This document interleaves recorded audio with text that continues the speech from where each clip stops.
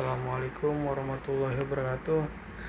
Perkenalkan, nama saya Nano Winanto. Saya dari mahasiswa Universitas Islam 45, Fakultas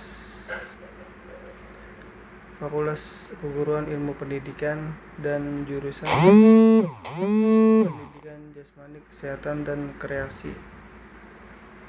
Saya dari semester 4 tentang di sini saya akan mengerjakan tugas ujian akhir semester tentang mata kuliah adaptif. Yang pertama di sini saya akan menjelaskan tunanetra, tunarungu, tunabicara, tunagrahita, tunadaksa dan tunalaras. Dan yang pertama di sini akan menjelaskan tunanetra. Tunanetra adalah istilah umum kondisi seorang yang mengalami hambatan dalam penglihatannya. Berdasarkan gangguannya, tunanetra dibagi dua, yaitu buta total atau masih bisa sisa penglihatannya. Jadi tunanetra itu tidak bisa melihat. Penyebabnya terjadi tunanetra pada diri orang dewasa atau anak kecil yang meliputi pengaruh trauma atau guncangan bahan kimia. Tahapan neonatal meliputi anak lahir sebelum waktu, posisi bayi tidak normal, kelahiran ganda atau kesehatan bayi bersangkutan. Nah, cara pembelajarannya tunanetra dengan metode meniup fluid. Nah, olahraga yang dimainkan tunanetra yaitu contohnya olahraga gol yang dimainkan dua tim atau perorangan yang saling berhadapan. Nah, yang kedua tunarungu. Tunarungu adalah artinya tuna kurang rungu artinya pendengaran. Nah, orang yang dikatakan tunarungu apabila tidak mampu mendengar atau kurang pendengaran. Apabila dilihat secara fisik, anak tunarungu tidak beda dengan anak pendengaran yang pada umumnya. Nah, penyebab terjadinya tunarungu yaitu bisa jadi dari keturunan ibu atau faktor genetik ya. Nah, cara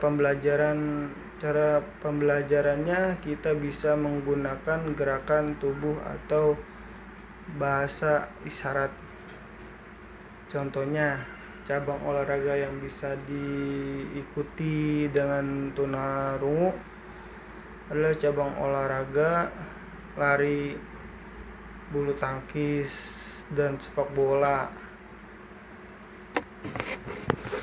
Nah, yang ketiga yaitu tunawicara. Nah, adalah tunawicara tidak mampu seorang dalam berbicara atau bisu. Nah, tunabicara adalah disebabkan oleh gangguan pada organ-organ seperti tenggorokan suara, paru-paru, lidah, dan sebagainya. Bisu umumnya dikaitkan dengan tuli. Secara pembelajaran, cara mengajar tunawicara sama seperti dengan tunarungu. Kalau tunarungu tidak bisa mendengar, kalau tunabicara tidak bisa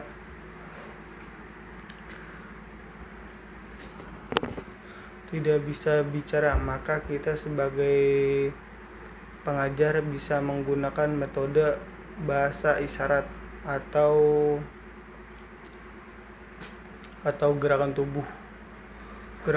Contohnya cabang olahraga yang bisa diikuti oleh penyandang tunawicara yaitu olahraga seperti sepak bola, atletik, menembak, lari, dan sebagainya. Nah, di sini saya akan menjelaskan yang keempat ada tunagrahita, yaitu keadaan getar atau keadaan latar belakang mental anak tunagrahita atau memiliki EQ di bawah rata-rata dari anak normal pada umumnya, sehingga penyebabnya fungsi kecerdasan atau intelektualnya mereka terganggu. Pembahasan lainnya. Nah, penyebab tunagrahita disebabkan oleh faktor, bisa disebut faktor keturunan, yaitu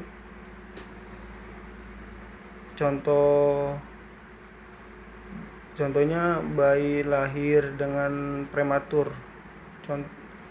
Cara mengajar dengan tunagrahita adalah, mungkin kita sebagai pengajar harus sabar karena anak tunagrahita memiliki di bawah rata-rata sebagai cabang olahraga. Nah, tunagrahita itu bisa mengikuti cabang olahraga seperti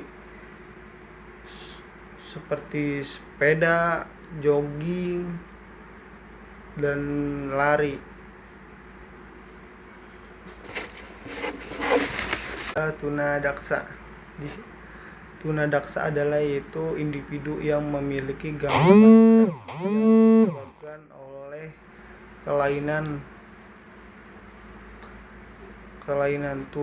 kelainan bahwa contohnya tunadaksa itu orang yang tidak memiliki kaki, tidak memiliki tangan. Tunadaksa itu disebabkan oleh seperti kecelakaan, polio, lumpuh, dan dari kecil atau dari lahir.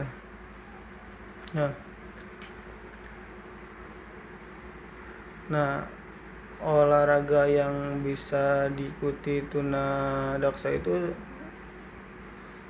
banyak, bisa renang. Sekarang di Indonesia atlet renang tidak mempunyai kaki tanpa banyak yang berprestasi. Nah, jelaskan tunalaras. Tunalaras adalah individu yang mengalami pembatasan dalam mengendalikan emosi dan mengontrol, bisa jadi gangguan dari lingkungan sekitar. Dan cara pembelajarannya, kita sebagai pengajar harus sabar dalam mengajar si tunalaras itu, karena ya kita harus melakukan kesabaran karena supaya tidak cepat marah atau cepat emosi. Nah, mungkin itu saja yang bisa saya jelaskan tentang tunanetra, tunarungu, tunabicara, tunagrahita, tunadaksa, dan tunalaras. Sekian saya akhiri, wabillahi taufik wal hidayah. Wassalamualaikum warahmatullahi wabarakatuh.